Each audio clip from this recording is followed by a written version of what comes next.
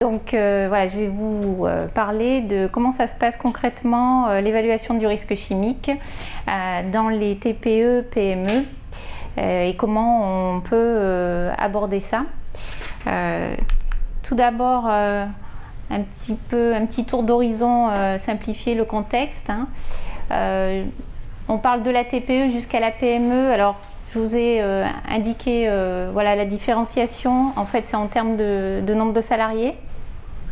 On voit que la TPE, voilà, on est jusqu'à 9, la petite entreprise de 10 à 49 et la PME de convention, c'est entre 50 et 199 salariés. Donc vous voyez quand même qu'on a au niveau du régime général de la sécurité sociale, c'est-à-dire que je fais abstraction des salariés qui sont suivis par la MSA, donc le régime agricole. 2,1 millions d'établissements, c'est quand même énorme. Donc 85% emploient moins de 10 salariés. Donc on est quand même voilà, majoritairement dans la TPE. Alors si on fait rapidement justement un petit tour sur les préoccupations de la TPE, on va dire très simplement, et ça n'est pas péjoratif, que la prévention des risques professionnels n'est généralement pas inscrite dans les préoccupations prioritaires. Ça ne veut pas dire que ça ne l'intéresse pas, la TPE. Ça veut dire qu'elle a d'autres choses à faire. C'est-à-dire qu'on a souvent affaire à un chef d'entreprise qui a le nez dans le guidon, qui doit gérer le commercial, qui doit gérer l'administratif et autres. Et donc sa priorité, c'est de faire tourner la boutique, surtout de ne pas mettre la clé sous la porte. Donc c'est plutôt la démarche commerciale. C'est également tout ce qui est en lien avec le financier et l'administratif. Ça c'est normal, c'est prioritaire.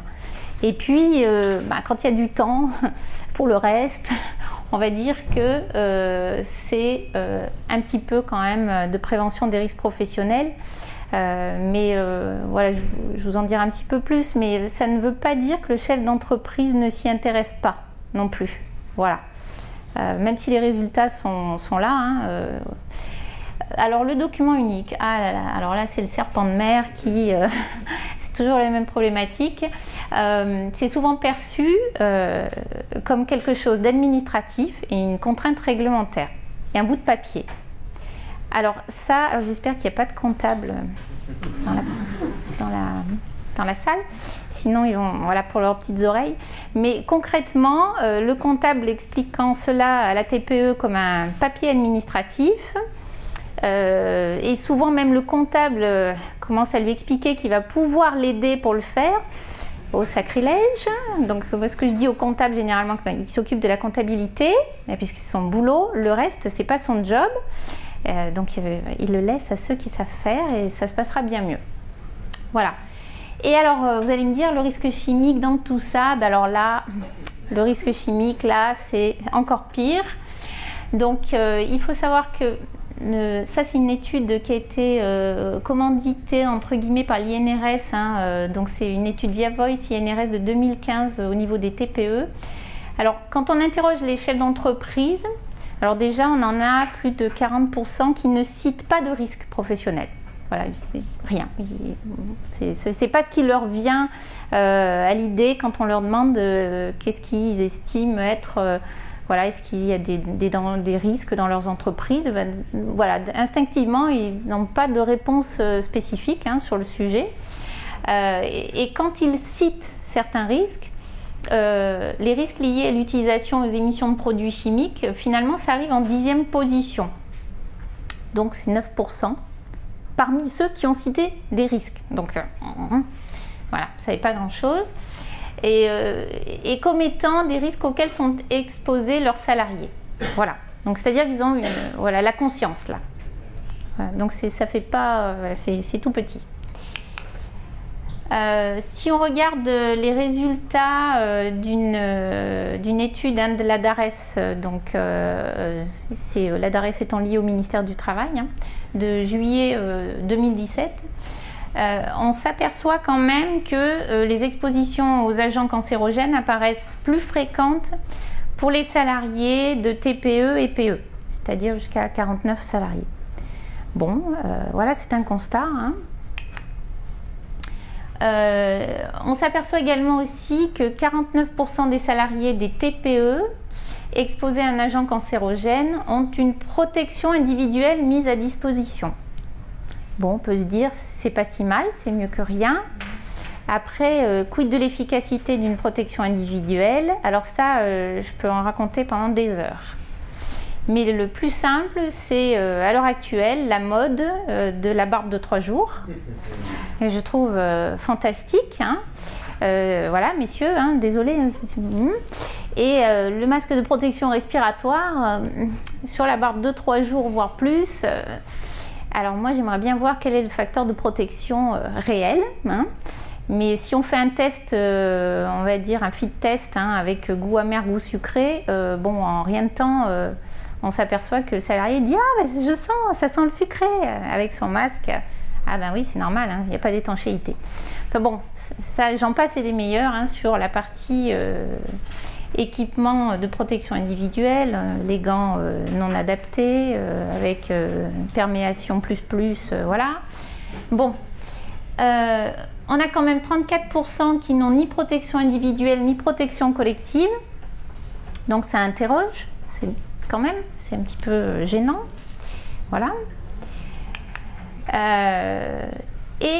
Justement, ce risque chimique dans les TPE, c'est encore plus dur que dans les grandes entreprises. Hein. Il est plus difficile à appréhender que les autres risques. Alors déjà, le risque chimique, c'est toujours nébuleux, même chez les gros, hein, toujours quelque chose qui pose problème. Quand il faut s'attaquer à l'évaluation du risque chimique, alors surtout chez les gros qui ont beaucoup de produits, ils se disent « oh là là là, c'est… » Mais la tâche, voilà, ce que je peux entendre, c'est la réalité. Mais alors, il faut savoir que la TPE, en interne, souvent, c'est zéro compétence sur le sujet. C'est-à-dire, il n'y a pas de préventeur. Dans les grosses entreprises, on a généralement un service HSE structuré, des préventeurs, voilà, donc on a quand même des bases. Dans les petites entreprises, j'irai même jusqu'aux PME, hein, je vous rassure, hein, parce que dans des entreprises de 100 salariés, même 150 salariés, c'est vraiment rare lorsqu'on a, entre guillemets, un préventeur sur un poste à temps complet pour tout ce qui est prévention des risques professionnels. Donc ça, c'est une première chose. Après, il faut savoir que souvent, on a l'activité de l'entreprise, voilà, ça nécessite l'emploi de produits chimiques. Alors quand je dis emploi, je peux rajouter, il y a aussi des produits qui sont issus des process, des procédés de travail, etc. Hein. Voilà. Et pour autant, on a des salariés qui ne sont pas inscrits dans les métiers de la chimie. Donc là, voilà. On n'a pas de personnes on n'a pas de salariés compétents en chimie. Alors, vous allez dire, oui, c'est un avantage, c'est un désavantage. Ça peut être un avantage parce que les chimistes, c'est particulièrement pénible.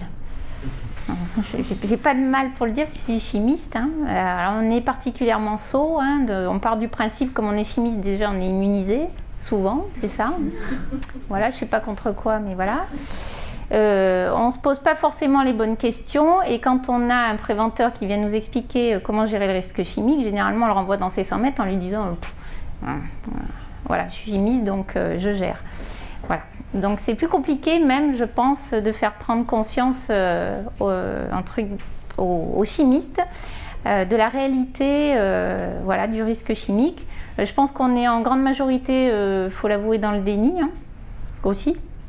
C'est beaucoup plus facile, ce qui fait qu'on est particulièrement difficile à manager sur la problématique du risque chimique du coup. Voilà. Donc je pense que ça peut être un avantage finalement et pas un inconvénient. Ensuite, on a le côté difficulté à visionner tout ce qui est danger, risque associé, parce qu'on va retrouver des produits qui sont sous forme d'aérosol, qui sont sous forme de vapeur, donc en termes de visibilité, sous forme de fumée, sous forme de gaz. Et là, le salarié, finalement,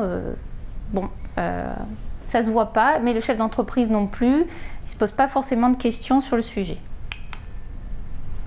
On rajoutera la complexité accrue hein, du fait que voilà, on a des agents chimiques qui vont présenter une toxicité qui n'est pas immédiate, mais différée dans le temps, avec des temps de latence longs. Alors là, voilà, on en a déjà parlé. Des temps de latence en effet longs entre le développement de la pathologie et l'exposition. Voilà, le risque CMR, donc entre guillemets, les cancérogènes, l'exposition cancérogène, mutagène et toxique pour la reproduction. Et puis on va rajouter les perturbateurs endocriniens, les nanomatériaux, et là on commence voilà, à avoir quelque chose de moins sympathique.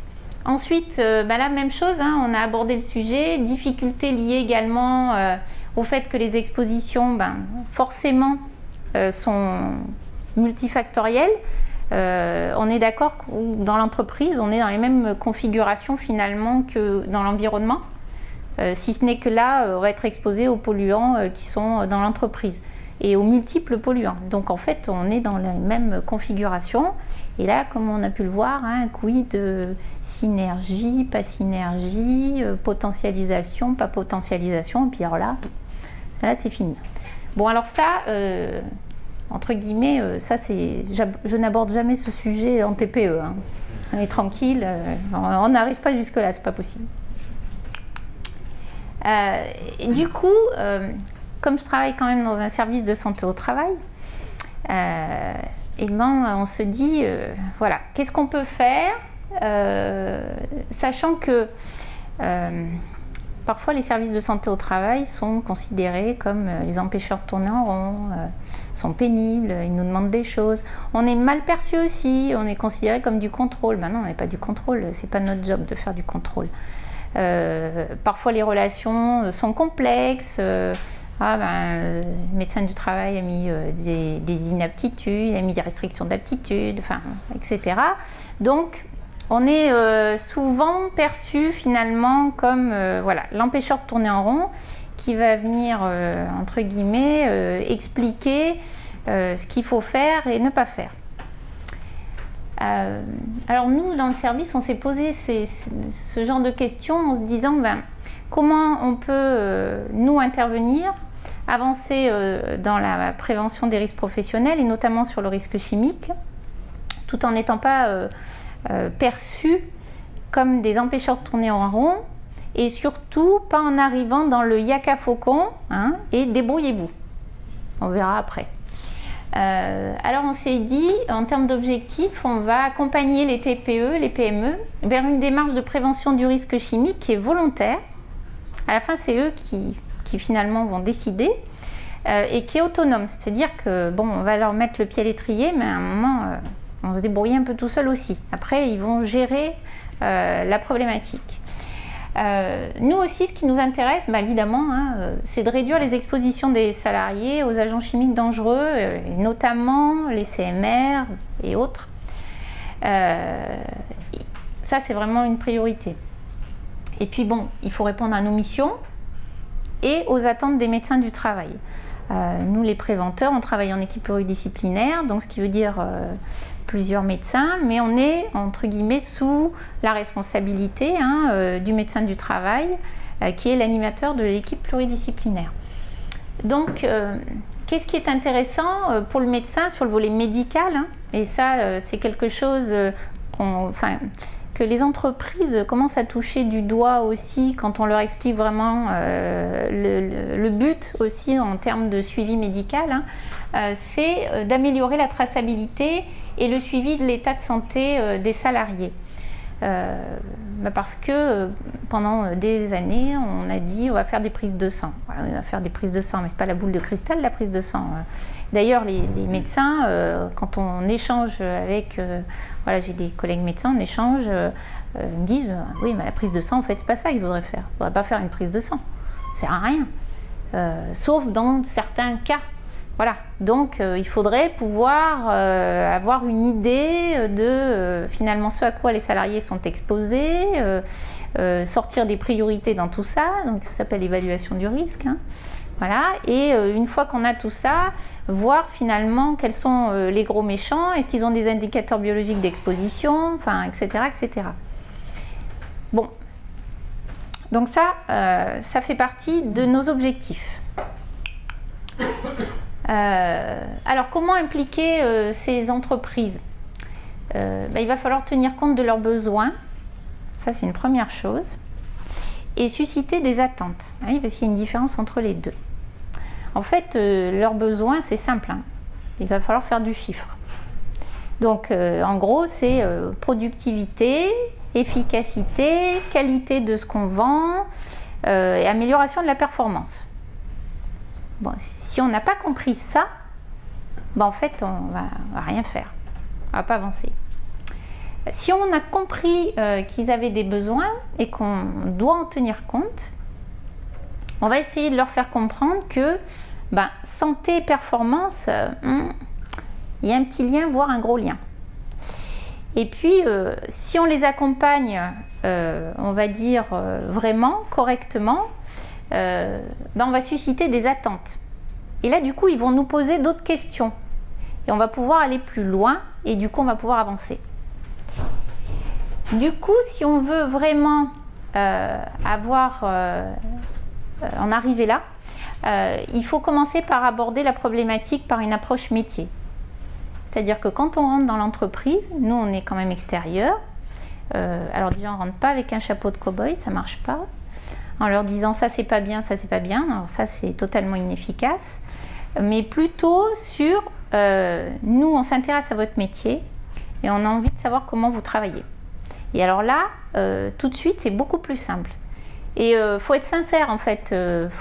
C'est vraiment s'intéresser au métier, à ce qui va être fait sur les postes de travail. Quelles sont les activités de l'entreprise? En gros, c'est vraiment avoir cette approche métier, s'intéresser à ce qui est fait. Donc forcément, si on commence naturellement par ça, on va rentrer par les activités et aussi regarder finalement les situations de travail qui vont être entre guillemets exposantes, la façon de parler, aux agents chimiques dangereux. Derrière tout ça, si la relation qui s'est établie est une relation de confiance dans la discussion, on va pouvoir proposer un accompagnement collaboratif au chef d'entreprise. Quand on dit collaboratif, on va voir ce que j'entends par collaboratif. On va proposer des outils pratiques et simples d'utilisation. Ah vas-y, c'est compliqué, là, c'est fini. La TPE, hop, on l'a perdu. Et surtout, et là où on a un plus et une valeur ajoutée, c'est si on l'accompagne dans la mise en œuvre de ces mesures de prévention et de protection, que ce soit sur le plan technique, organisationnel ou humain. C'est pas de lui dire ok, on est arrivé jusque-là, et lui dresser un listing de Yaka Faucon, et en lui disant maintenant, hop, vous débrouillez. C'est pas ça. C'est continuer à l'accompagner, mais ça demande autre chose en fait. Alors, concrètement, sur le terrain, ça se passe comment? On commence avec un rendez-vous avec le chef d'entreprise, où on discute de son métier, de l'activité, où on lui demande si l'entreprise tourne, combien elle a de salariés, quelles sont ses difficultés, quels sont ses besoins. Lui, on lui fait, entre guillemets, reformuler et s'il a des attentes particulières, pour voir un petit peu finalement qu'est-ce qui pourrait être le levier, finalement le bras de levier qui lui permettrait de rentrer dans la prévention. Généralement, si on a bien fait le job, on fait la visite de l'entreprise. Moi, je demande toujours à ce que ça soit dans le sens de la production, c'est logique, de ce qui rentre jusqu'à ce qui sort, pour avoir l'ensemble des éléments, sinon ça n'a pas d'intérêt. Et puis, je demande bien sûr une description des activités. Et puis, en même temps, je demande également qu'on m'explique pourquoi ça c'est important, pourquoi on fait comme ça, est-ce que c'est ça qui influe sur la qualité du produit final, etc. Donc, je m'intéresse à ce qui est fait, ce qui me paraît normal. C'est la moindre des choses. Le chef d'entreprise passe du temps avec moi pour la visite de l'entreprise. Il me met à disposition les salariés parce que généralement je peux poser des questions sans qu'il y ait de problème particulier. Je ne suis pas là dans l'inquisition, mais je suis là justement dans la compréhension des activités et des situations de travail.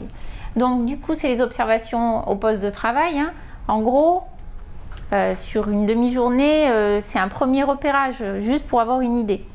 Des échanges avec le chef d'entreprise, les salariés, et puis à la fin de la visite, toujours un petit débrief à chaud, pour que je puisse lui donner mes impressions, avec, en commençant par les choses positives, hein. C'est un peu mieux, et puis je commence à lui glisser tout ce qui serait peut-être bien de voir ensemble. Est-ce qu'il a formalisé ses documents, comment on peut travailler, voilà. Généralement, quand tout se passe bien, je n'ai toujours pas abordé le volet réglementaire. Voilà. Et pourtant, c'est pas faute, étant donné que je suis une ancienne du contrôle, il y a des fois, on a des envies de remettre la réglementation sur le tapis, mais bon, non, j'essaye de ne pas le faire. Et puis, je lui propose un accompagnement à l'évaluation du risque chimique, mais en tenant compte des caractéristiques de son établissement. On en discute et on voit comment on peut avancer. Je lui mets pas de pression, pas de deadline, voilà. On essaye, dans la discussion, de voir comment on peut travailler. Quand c'est validé, on rentre dans ce qu'on appelle l'accompagnement collaboratif. C'est-à-dire qu'il y a un minimum de choses qui devront être faites par l'entreprise. Moi, je ne vais pas porter ça toute seule. C'est pas possible, hein. On a 1600 adhérents, alors sinon on ne va pas s'en sortir, hein. Donc côté entreprise, je vais lui demander de me fournir une liste à jour des produits chimiques utilisés. Alors je ne vais pas le stresser en lui disant que j'ai besoin de la liste exhaustive, etc. Mais faire un petit peu le point avec ses salariés de tout ce qui est utilisé dans l'entreprise, de ce qui est stocké, de ce qui est utilisé tous les 10 ans, de ce qui est pas utilisé mais qui est toujours mis de côté au cas où ça servirait, mais ça fait déjà 20 ans que les bidons sont au même endroit et ils n'ont jamais été touchés. Donc voilà, pour qu'on puisse savoir par où on commence, d'où on démarre et sur quoi on va se focaliser.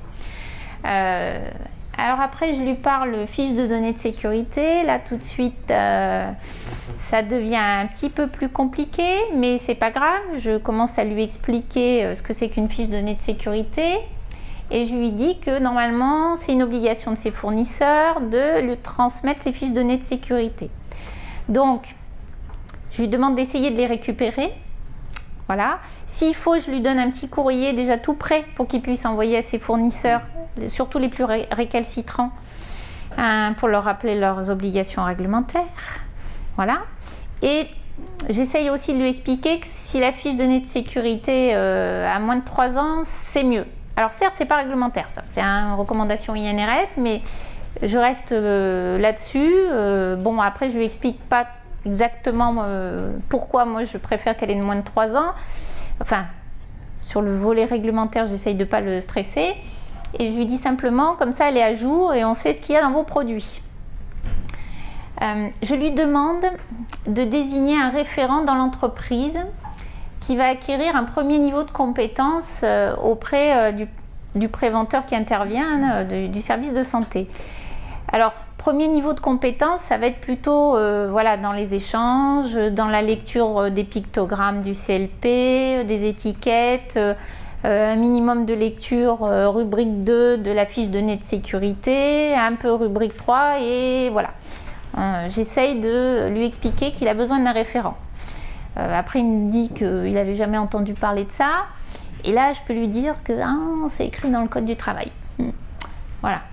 Mais généralement, ça se passe pas trop mal. Et une TPE, souvent, le référent, d'ailleurs, c'est le chef d'entreprise. Voilà. Finalement, je le récupère comme référent. Et après, je vais lui dire que dans le deal, à la fin, faudra qu'on valide quand même ensemble une évaluation du risque chimique qui soit représentative de la réalité des situations de travail. Et que, même s'il est tout petit, il va devoir mettre en place un plan d'action. Alors souvent, ça le stresse. Je lui dis, mais bon, le plan d'action, c'est pas forcément... je ne vais pas vous dire qu'il va falloir mettre 10 000 € sur la table là demain. Voilà, on va prioriser, on va voir. Des fois, c'est des choses qui coûtent pas cher. Ranger son stockage et entre guillemets, mettre sur rétention, par exemple, ça ne nécessite pas de mettre 10 000 € sur la table. Hein. On est bien d'accord. Alors, côté service de santé au travail, nous, il y a plus de boulot. Donc, nous, on va analyser les FDS et évaluer le niveau de dangerosité des produits utilisés. Bon, alors nous, heureusement, on a Quarks, donc ça va beaucoup plus vite. Voilà, parce que sinon, je pense que on pourrait, je crois qu'on ne pourrait pas proposer ça à nos adhérents. Voilà. Donc, on va aller observer aussi quand même et étudier des situations exposantes dans l'entreprise, de façon à voir un petit peu comment le chef d'entreprise ou le référent gère la cotation de l'équipement de protection collective, la cotation du procédé, enfin bon voilà, sans aller rentrer dans des choses compliquées, et puis pour voir aussi ce qu'il en est et puis vraiment quelles sont les problématiques. Ensuite, on va lui transmettre des outils, alors souvent simples, des extractions Excel, des petits tableaux aussi d'évaluation du risque chimique calés sur un Excel. Enfin bon, on va lui extraire aussi en partie, alors ça c'est pour les plus grosses déjà, on leur extrait une partie des données de Quarks aussi, qu'on leur permet aussi comme ça de visualiser, repérer leur CMR, leur apprendre à le faire également. Voilà. Et puis, on va réaliser le calcul du risque pour la santé, en collaboration avec l'entreprise. On va essayer de travailler sur le sujet. Et suite aux résultats, on va proposer un plan d'action avec des priorités, mais surtout, on va essayer de faire en sorte de proposer des mesures de prévention de protection adaptées au profil de l'entreprise. Voilà. Le but n'étant pas de lui faire mettre la clé sous la porte quand même. Et on va sensibiliser aussi les salariés sur le risque chimique. Ça, c'est important, parce qu'il faut qu'il y ait une connaissance. Ça fait partie des éléments importants. À côté de ça, alors c'est vrai qu'on va utiliser des outils simples d'aide à l'évaluation du risque chimique. Voilà, via un tableau, entre guillemets, d'évaluation du risque chimique qui avait été développé par des plus gros services de santé que nous, parce que nous on est tout petits, alors on n'a pas le staff pour le faire, et mis à disposition gracieusement, basé entre autres sur la 2233 aussi, et qui sépare d'ailleurs le risque qui a été évolué, et qui sépare le risque inhalatoire du risque cutané d'ailleurs.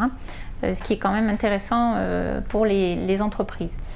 On va également utiliser des arguments complémentaires, c'est-à-dire qu'on va parler des outils financiers aux entreprises, c'est-à-dire les outils financiers apportés notamment par les CARSAT, alors après selon les régions, ce qu'on appelle les aides financières simplifiées, qui sont réservées aux entreprises de moins de 50 dans certains domaines, et notamment sur le risque chimique. On en avait une notamment pour la profession garage, automobile, réparation, etc. Voilà.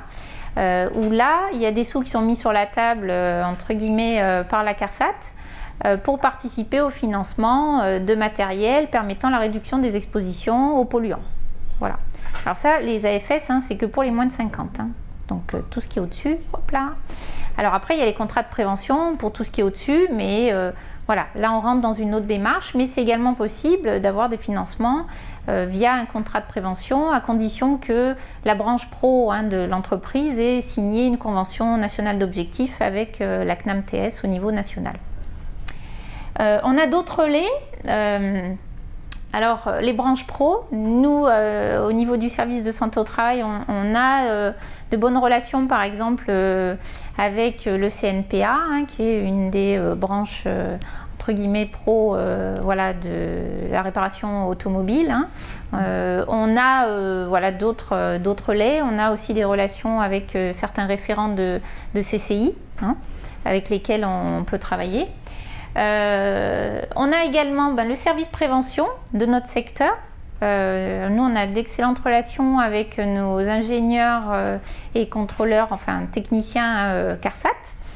De ce fait, avec l'accord de l'entreprise, quand il y a besoin d'un accompagnement un peu plus poussé et que techniquement j'estime, enfin on va dire, voilà, personne n'a la science infuse, j'ai une idée sur certains points, mais j'aime bien demander à mes collègues quelles sont leurs idées aussi, leurs avis, et du coup je demande à la CARSAT d'intervenir, et à ce moment-là ils peuvent solliciter l'appui du laboratoire de chimie de la CARSAT qui se trouve à Lyon.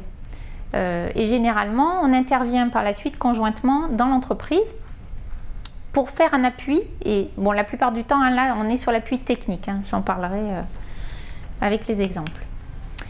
Les résultats attendus, finalement, ça va être cet accompagnement collaboratif. Il faut qu'il réponde vraiment aux besoins, aux attentes conjointes. Ça, c'est important. C'est-à-dire que l'entreprise doit gagner quelque chose, mais nous aussi, service de santé. Donc, on est dans la relation gagnant-gagnant. En théorie, c'est ce qui marche le mieux, mais en pratique, ça marche aussi très bien. Donc, nous, c'est vrai qu'on va vérifier la véracité, la pertinence des éléments d'information présents dans les FDS. On va notamment susciter justement des attentes parce que du coup, le chef d'entreprise, une fois qu'on lui a un petit peu exposé tout ça, il va nous dire, moi j'aimerais bien savoir s'il y a en effet des CMR, s'il y a des allergisants, s'il y a des perturbateurs endocriniens, des choses comme ça, parce qu'il s'intéresse. Donc, on va lui repérer les allergisants, les CMR. Alors, je ne vous dis pas qu'ils me demandent tous les perturbateurs endocriniens, suspectés ou autres, mais c'est vrai que nous, si on a l'occasion de mettre le nez dessus, on va quand même dire, oh, c'est bien si ça, vous le virez de votre utilisation, voilà. Et bien sûr, on va prendre en compte aussi tout ce qui est composé issu de procédés, puis de décomposition diverses et variées. Ça va permettre également de répondre finalement aussi à nos missions parce que le médecin va pouvoir aussi définir la surveillance médicale qui pourra être adaptée aux risques tenant compte de la réalité des situations de travail. D'ailleurs, dans les tuyaux du ministère, pour information, il va y avoir des modifications de la réglementation risque chimique, et notamment avec la mise sur la table de l'histoire des valeurs limites biologiques. Pour supplanter, oui ou non, ils ne savent pas trop encore, certaines VLEP, sachant qu'en effet, l'avantage de la VLB, c'est qu'on prend aussi en compte, on ne prend pas que l'exposition par inhalation, on est bien d'accord, ça a d'autres avantages. Après, je ne parle pas des inconvénients, mais voilà. Et surtout, si ça retombe sur les services de santé au travail, je ne vous parle pas du reste. Voilà. On va aussi réduire ou supprimer des expositions aux agents chimiques dangereux. Et justement, en accompagnant l'entreprise dans la mise en place de mesures qui vont être pertinentes. Ça peut être la mise en œuvre de nouveaux produits, de nouvelles techniques ou de méthodes de travail. Mais en gros, on ne le laisse pas tout seul. On essaye de l'accompagner. Ça va permettre aussi à l'entreprise d'améliorer ses connaissances sur le risque chimique et du coup de prendre ça en charge. Enfin, elle va le prendre en charge finalement toute seule. Elle va s'y plonger dedans, mais de manière pratico-pratique. Et après, elle va avoir le réflexe même d'appeler et de nous dire « Ah, Madame Faure, on a rentré un nouveau produit, on se pose des questions, on voudrait bien avoir votre avis. » Donc du coup, c'est pas moi qui vais vers eux et qui les sollicite, mais c'est eux du coup qui viennent vers moi. Et là, ça devient intéressant. On va améliorer aussi les relations sociales dans l'entreprise. Parce que finalement, il y a une prise en compte des salariés, de ce qu'ils font, etc. Ils sont super contents de raconter ce qu'ils font sur leur poste de travail. Donc ça, c'est intéressant. Et on va répondre à la réglementation. Voilà. Alors, répondre à la réglementation, moi, je vais dire oui et non. Alors, je sais, je suis enregistrée, je ne devrais pas dire ça, je suis une ancienne du ministère. Mais moi, une petite entreprise qui a 5 000 € à mettre quelque part, Moi, je préfère qu'elle les mette sur la prévention. Moi, la métrologie des VLEP réglementaires contraignantes, en fait, je m'en tape là. Parce que si elle me met les 5 000 € sur la métrologie, elle a plus de sous pour faire de la prévention. Donc ça m'intéresse absolument pas. Donc moi, je lui dis, on va essayer de réduire les expositions. On va mettre les sous pour ça. Et après, s'il reste des sous, ben, vous ferez vos métrologies réglementaires diverses et variées. Voilà. Ça me paraît être juste du bon sens près de chez soi. C'est ce que je me tue à expliquer dans les instances. Voilà, je pense que je ne suis pas la seule, donc ça me fait plaisir parce qu'on est plusieurs à raconter la même chose. Mais voilà, ça c'est dit. Du coup, concrètement, je vais vous donner 2 exemples. Une entreprise donc, du secteur d'activité de la métallurgie avec 15 personnes et une entreprise du secteur d'activité de la plasturgie où là, on a une fourchette entre 50 et 99 parce que bon, quand on a des surcroîts d'activité, un nombre d'intérimaires, enfin bon, etc., je ne vais pas épiloguer. Et voilà. Et alors, comment on redescend le... Oups. Voilà. Là.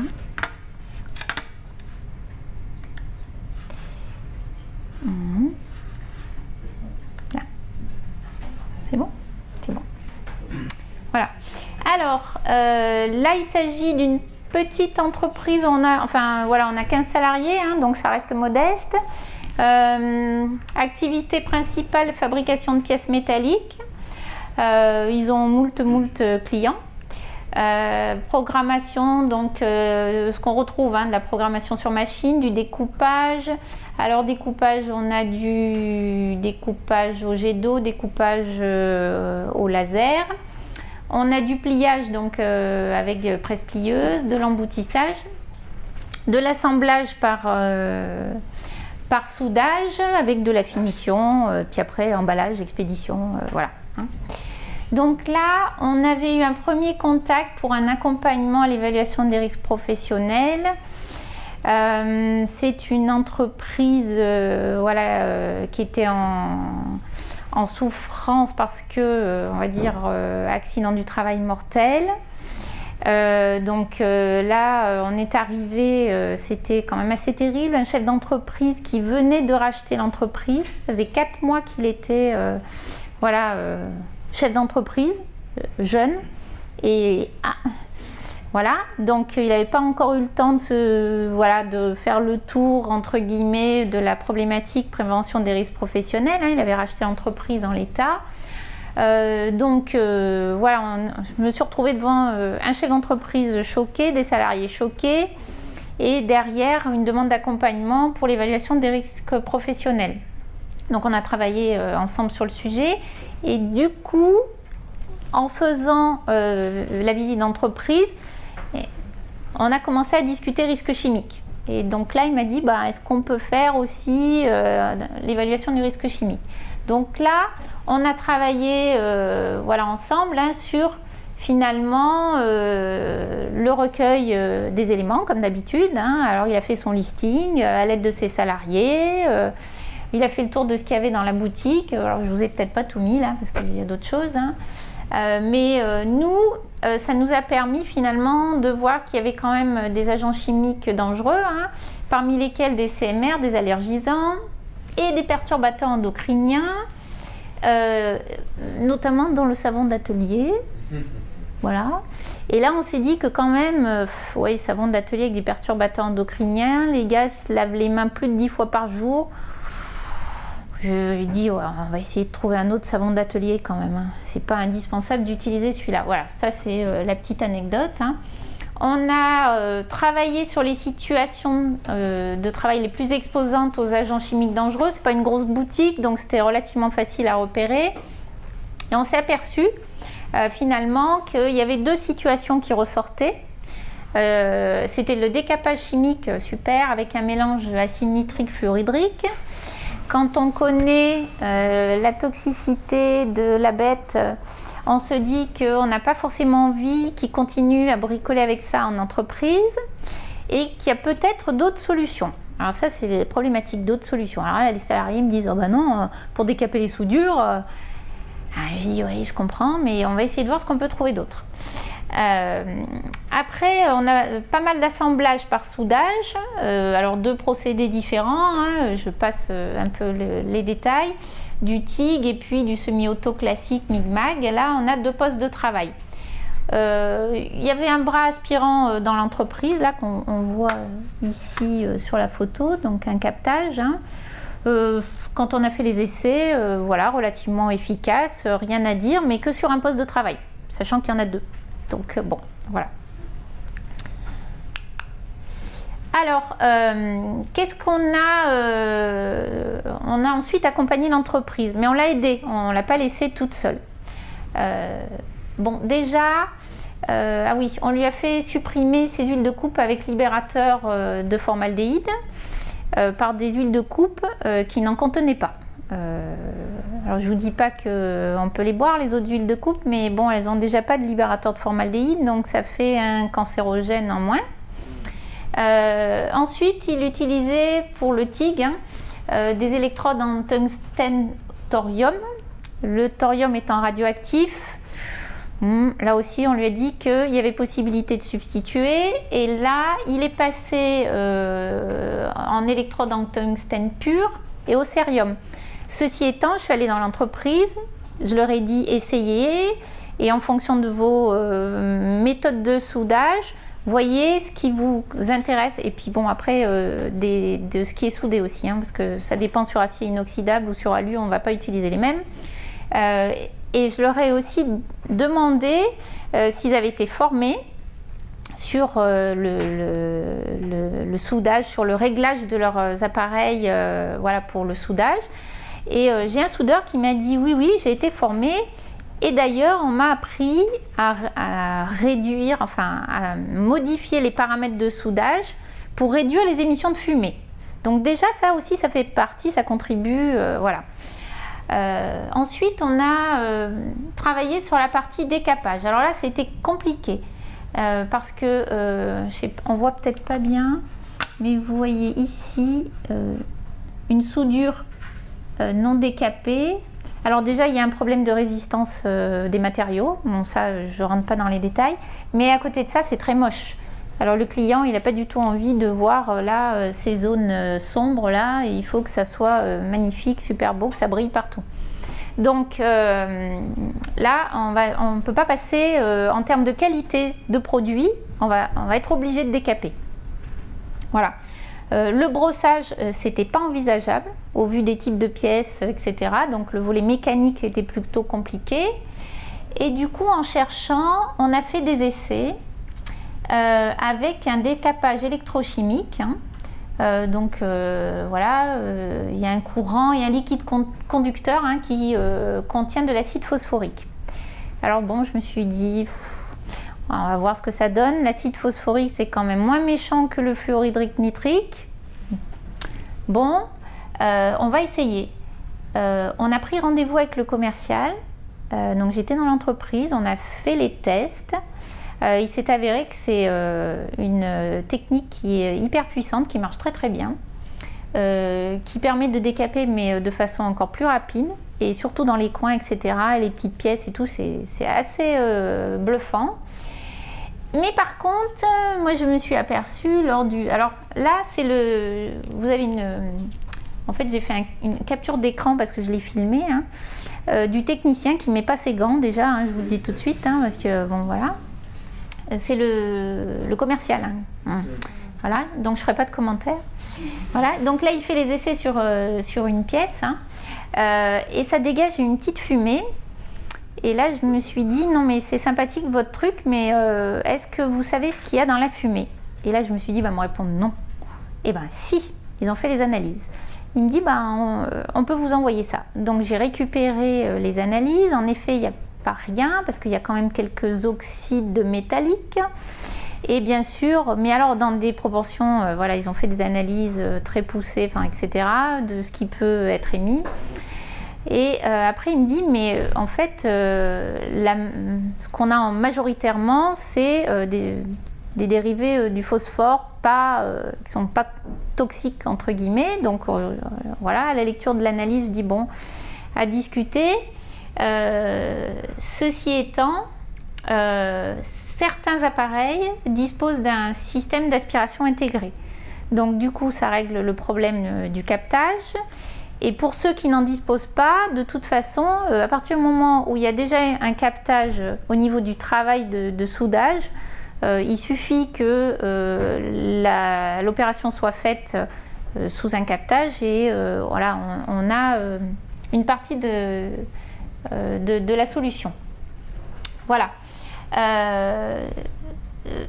Voilà, il y a des avantages et des inconvénients, c'est toujours la problématique, hein. Il faut faire attention quand on fait ce type de substitution ou de remplacement de technique, de ne pas remplacer la peste par le choléra.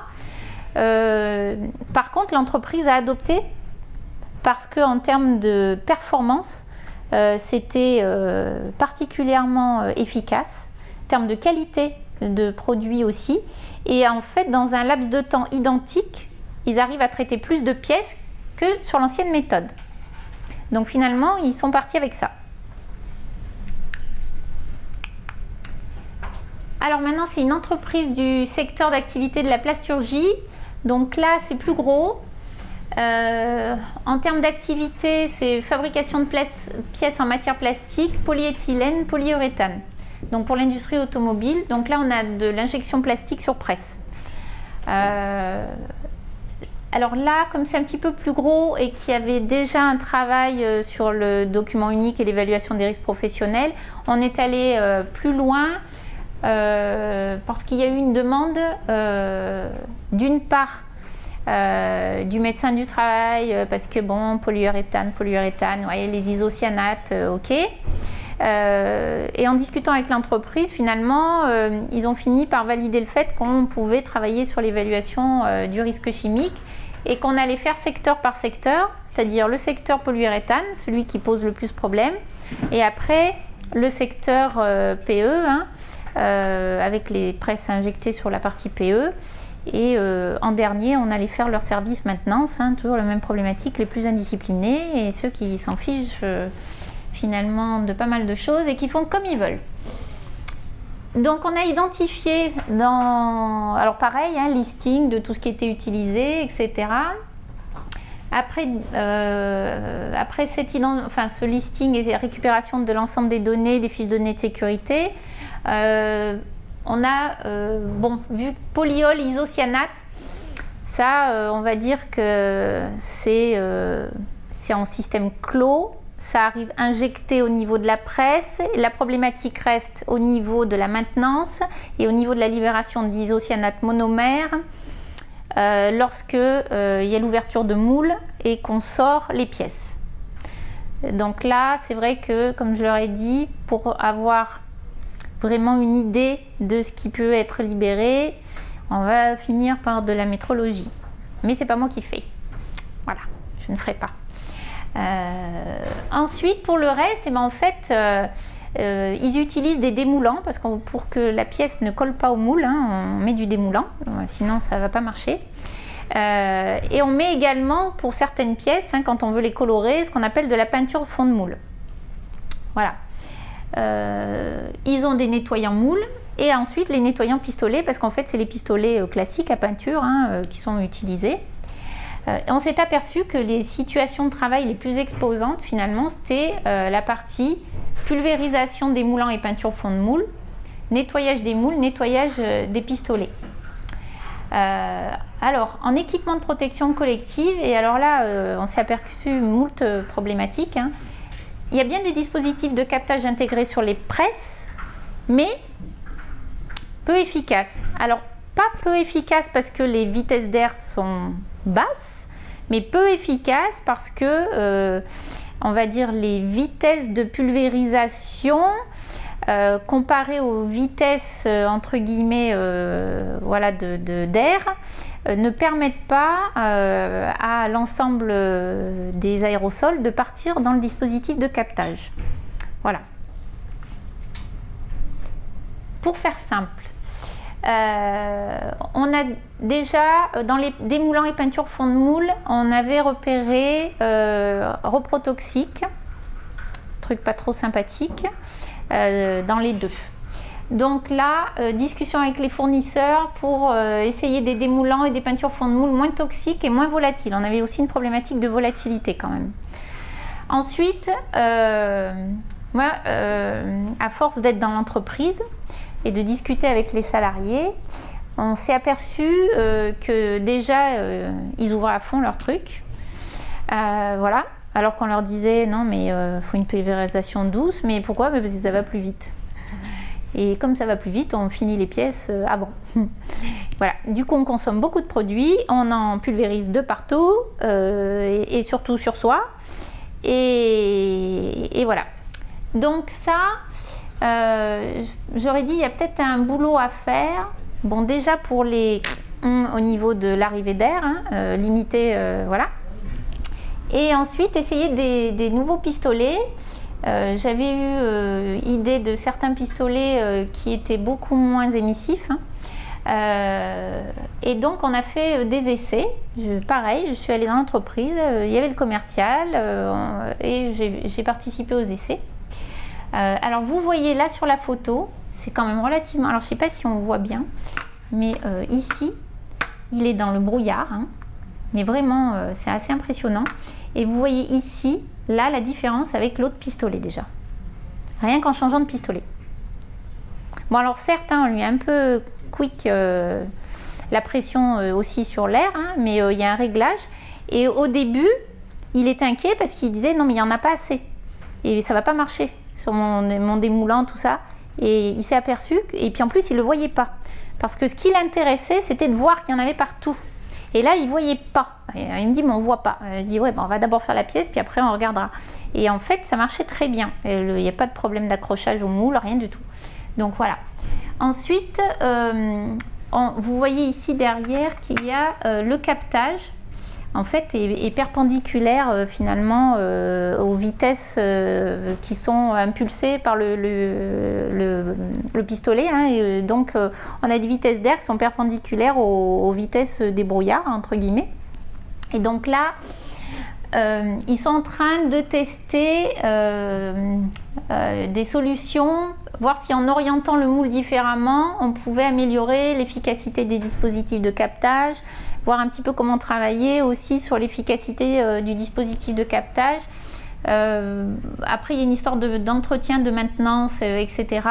où souvent les cochonneries s'accumulent derrière et ils attendent que ça soit bien rempli derrière pour pouvoir faire changer. C'est pareil pour les filtres. Bon, enfin bon, en fait, il y a tout un tas de paramètres. Voilà. Et puis, alors ça a été le drame, c'est les équipements de protection individuelle.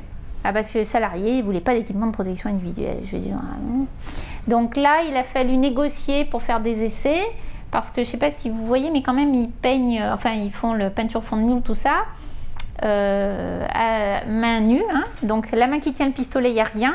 Et l'autre main, c'est un petit gant coton, parce que, alors pourquoi coton? Parce que anti-chaleur, parce qu'ils s'en servent pour tirer la pièce quand elle sort du moule. Et là, j'aurais dit, non, les gants coton, on va arrêter les bêtises, hein, parce que dans le genre, ça macère, c'est vraiment pas top. Donc là, on a fait des essais avec des gants, alors là, on a bataillé, qui ont la performance d'être anti-chaleur, qui ne laissent pas passer des produits chimiques et qui permettent d'avoir une certaine dextérité. Ouais, ça a été une grosse bataille. Je ne vous dis pas qu'on a gagné la bataille, et en plus je leur ai dit qu'à un moment on arrêtait le bleu de travail avec les manches relevées aussi, et qu'on allait passer, certes je ne dis pas à la combinaison parce que alors là je déclenche la 3e guerre mondiale, mais au moins à la blouse Tyvek, un minimum. S'ils veulent se mettre en t-shirt dessous, ben voilà, et on va essayer de négocier sur le sujet, voilà. Mais ça fait partie, entre guillemets, des choses qui sont en cours et qui permettent d'avancer. Donc voilà, tout ça pour vous dire que finalement, l'évaluation du risque chimique dans les TPE, PE et PME, ça marche. Alors à condition qu'on prenne le temps, à condition qu'on aborde les chefs d'entreprise et les salariés de la bonne manière. Par contre, je vous le concède, c'est hyper chronophage. Moi, j'ai 1600 adhérents. Heureusement qu'ils ne me demandent pas tous, parce que sinon, c'est juste pas possible. Ça demande de la bonne volonté aussi de tout le monde, mais en même temps, si on s'implique, ils s'impliquent aussi, et quelque part, voilà, je crois qu'on est tous gagnants, et on arrive à finalement faire des choses, voilà, sans leur parler théorie, sans leur parler, entre guillemets, réglementation, etc. Et je vous remercie pour votre attention. Merci Patricia, merci beaucoup.